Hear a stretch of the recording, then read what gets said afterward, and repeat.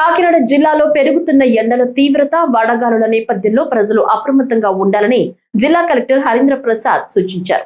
Kakinada collectorate లో నిర్వహించిన విలేకరుల సమావేశంలో ఆయన మాట్లాడుతూ, అత్యవసర పనులు ఉంటే తప్ప ఉదయం 11 గంటల నుంచి సాయంత్రం 4 గంటల వరకు బయటకు రావద్దని హెచ్చరించారు. అదేవిధంగా జిల్లాలో 4 వారాల పాటు ఆపరేషన్ క్లీన్ స్వీప్ కార్యక్రమాన్ని చేపడుతున్నట్టు వెల్లడించారు. రహదారుల శుభ్రత, కాలువల క్లీనింగ్, చెత్త తొలగింపు, పబ్లిక్ టాయిలెట్ల పరిశుభ్రత వంటి కార్యక్రమాలను దశల వారీగా నిర్వహించనున్నట్లు తెలిపారు. కాకినాడలోని 14 సర్కిళ్లను 2 జోన్లుగా విభజించి ప్రత్యేక చర్యలు చేపడుతున్నామని చెప్పారు. శనివారం గాంధీనగర్ నుంచి ఈ కార్యక్రమాన్ని ప్రారంభించనున్నట్లు వెల్లడించారు. అన్ని నగరాన్ని ఒక సుందరంగా తీర్చిదిద్దే విధంగా మనం ముందడుగు వేస్తున్నాము.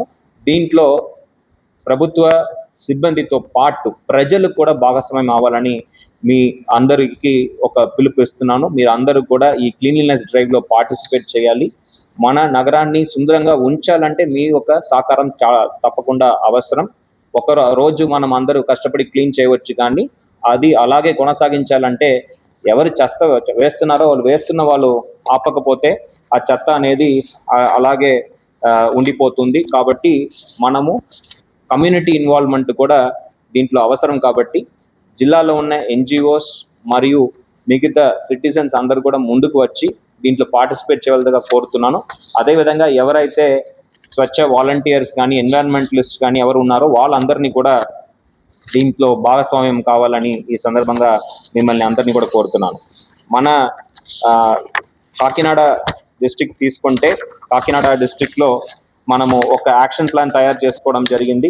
ప్రతి రోజు కూడా కొన్ని వార్డ్స్ మనము కవర్ చేయబోతున్నాము. 2 జోన్గా స్ప్లిట్ చేసుకొని ప్రతి జోన్లో కూడా మనము ఈ యాక్టివిటీస్ చేయబోతున్నాము.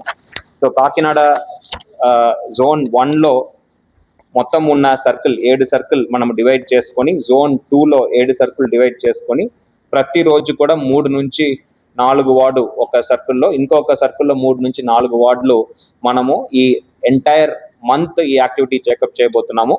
రేపు 23వ తారీఖు మనము సర్కిల్ 13 దాంట్లో వార్డ్ నంబర్ 40, 44, 45, 46